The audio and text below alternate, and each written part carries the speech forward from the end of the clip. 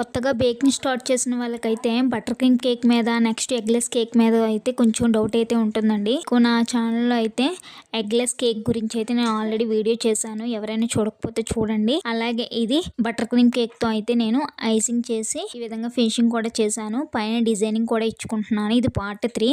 మీరు continuation video కానీ చూడకపోతే పాత వీడియోస్ అయితే ఉన్నాయండి. పార్ట్ 1 పార్ట్ 2 కూడా చూడండి. దాని తర్వాత ఈ వీడియో అయితే కంటిన్యూషన్ చూడండి, మీకు అర్థమవుతుంది. నెక్స్ట్ నేను పింక్ కలర్ ని కూడా యాడ్ చేసుకుని పైన అయితే ఈ విధంగా రోజెట్స్ అయితే ఇచ్చేసుకుంటున్నాను. ఇది చిన్న నోజులు అనమాట. రోజ్ నోజుల్లో చిన్న నోజులు అయితే యూస్ చేశాను. చిన్న టైప్ యూస్ చేయడం వల్ల మనం ఎక్కువగా ఈ విధంగా రోజెట్స్ పెట్టుకోవడానికి అవుతుంది. చూడడానికి కూడా లుకింగ్ చాలా బాగుంటుంది. పైన ఈ విధంగా డిజైన్ కూడా తక్కువ ఇచ్చుకోవడం వల్ల మనకి బటర్ క్రీమ్ కూడా చాలా తక్కువ పడుతుంది. నెక్స్ట్ గ్రీన్ కలర్ అండి, గ్రీన్ కలర్ యాడ్ చేశాను. బ్లూ కలర్ కలిపిన బటర్ క్రీమ్ కొంచెం ఉంటే అందులో గ్రీన్ కలర్ ని కూడా యాడ్ చేసుకొని ఈ విధంగా లీఫ్ నోజులను అయితే పెట్టుకొని నేను దానికి కూడా ఈ విధంగా ఇచ్చేసుకున్నానండి.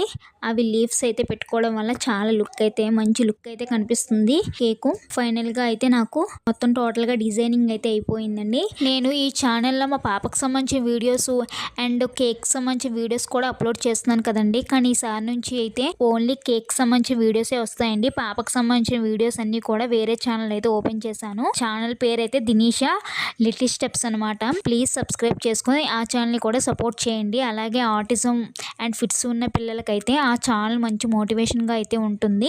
ఈ వీడియో కామెంట్లో అయితే ఛానల్ నేమ్ అండ్ కమ్యూనిటీ ట్యాబ్లో కూడా పోస్ట్ చేస్తానండి.